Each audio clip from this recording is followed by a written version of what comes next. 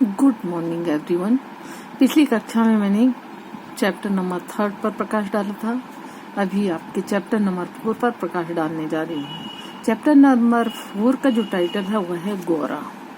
ये जो गौरा पाठ है ये महादेवी वर्मा द्वारा रचित है।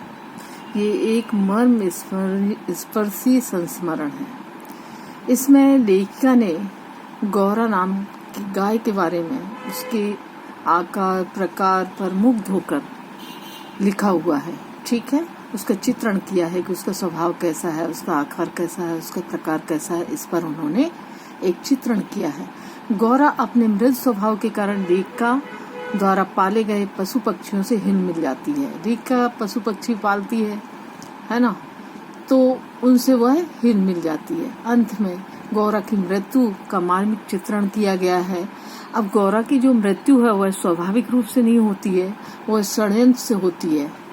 ठीक, वह एक षड्यंत्र होता है जिससे उसकी मृत्यु हो जाती है। तो गौरा की मृत्यु से लेकर अत्यंत दुखी हो जाती है और व्यंग करती है कि व्यंग करके वो क्या कहने लगती है, आह मेरा गोपालक देश। मतलब मेरा गोपालक देश का मतलब उन्होंने यह बताना चाहा है कि एक ऐसा देश, हमारा देश, जो गौ पालन की ओर विशेष ध्यान आकर्षित करना चाहता है, लोगों को गौ पालन गौ हत्या का विरोध, गौ पालन के लिए कहता है, गौ हत्या का विरोध करता है, उस देश में ऐसे भी षड्यंत्र होते हैं जिसमें गौ की हत्या की जाती है। ठीक है, इसके बाद मैं अब इसकी स्टोरी पर प्रकाश डाल रही हूँ। ध्यान से सुनिएगा इसकी स्टोरी क्या है, इस पार्ट में क्या दिया गया है।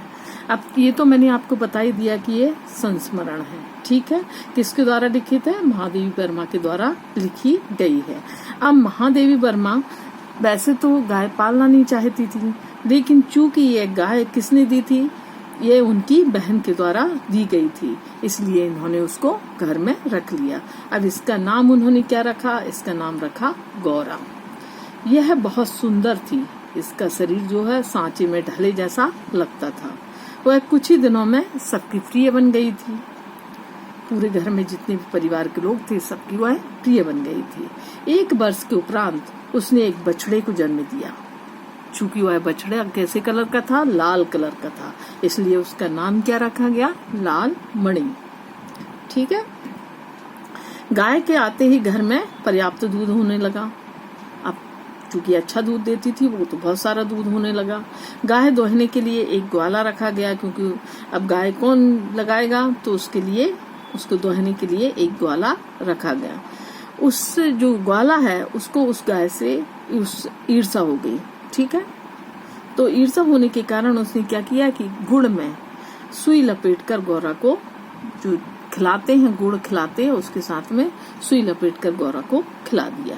ठीक, अब जब सुई पेट के अंदर गई तो गौरा क्या होने लगी? वो विभिन्न अंगों में, पेट के अंदर जो अंग होते हैं हमारे, उन अंगों में जाकर छिदने लगी और उनको शिथिल करने लगी, जिसके कारण गाय शिथिल रहने लगी। अब जो लेखिका हैं उन्होंने क्या किया? उसको डॉक्टर को दिखाने ले गई। जब वो डॉक्टर को दिखाने ले गई तो पता चला कि अंदर के अंगों को जो सुई है उसने भेद दिया है। ठीक है, अब डॉक्टर ने सलाह दी उनको कि गाय को सेब का रस पिलाया जाए, जिससे वो सुई निकल सके। उसको, गाय को कमजोरी आ गई थी, उसको शक्ति के इंजेक्शन लगाए गए, पर सब व्यर्थ। उससे सब चीजों से गाय पर कोई असर नहीं हुआ, बल्कि क्या हुआ? सुई जो है उसके हृदय को वेध दिया। सुई ने जाकर उसके हृदय को वेध दिया। फिर एक दिन क्या हुआ? वो बेचारी कमजोर होती गई। खाना पीना उसका, खाने पीने में भी उसका मन नहीं लगता था, खाती पीती भी नहीं थी, जिसके कारण और ज्यादा कमजोर हो गई। और एक दिन क्या हुआ? ब्रह्म मुहूर्त में वह लेखिका के कंधे पर अपना सिर रखकर मर गई। उसने दम तोड़ दिया। ठीक है, यह स्थिति कैसी है? एक भारत के गौपालक की है कि एक गौपालक मतलब गौ को पालने वाला है ना, जिसने गौ को पालने का, दोहने का जिस ग्वाला ने काम किया था, उसी ने क्या किया? उस गौ को नुकसान पहुंचाया, जो बहुत दुखदायी घटना है। ठीक है, इसके बाद अब आपको मैं क्या बताऊंगी? इसके अर्थ, जो शब्दार्थ हैं उस पर प्रकाश डालूंगी। देखिए आप शब्दार्थ। ये दिए हैं आपके शब्दार्थ। ठीक है, शब्दार्थ आपके दिए गए हैं, ध्यान से देखिएगा। पहला शब्द के जो भंडार में शब्दार्थ दिए गए हैं, पहला है वयसंधि। वयसंधि का मतलब है बचपन और युवा अवस्था के बीच की किशोर अवस्था। फिर दिया गया है तत्काल, तुरंत, उसी समय। फिर दिया गया है उपयोगितावादी, जिससे उपयोगी होना सिद्ध हो। फिर दिया है आपका कार्यान्वय, मतलब कार्य रूप में ढालना। उसके बाद दिया है समाधान, समाधान हल। पृष्ठ, मोटा, ताजा।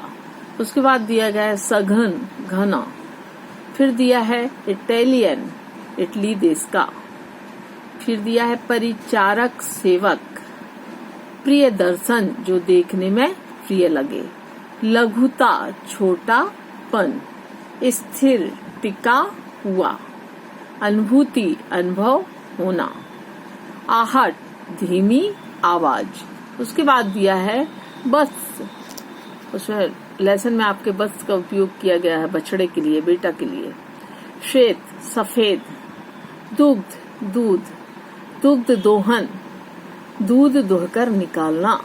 आग्रह, हठपूर्वक प्रार्थना। दुर्बल, कमजोर। शिथिल, ढीली। निदान, रोग का कारण। कष्ट, तकलीफ। उद्घाटित, खुला, सामने आया। असमय, अकाल। अंतर्ध्यान, गायब। निष्प्रभ, चमक रहित। प्रतिध्वनि, बदले में आवाज। गोपालक, गाय पालने वाला। ये तो हुए आपके मीनिंग। अब आपके क्वेश्चन आंसर पर प्रकाश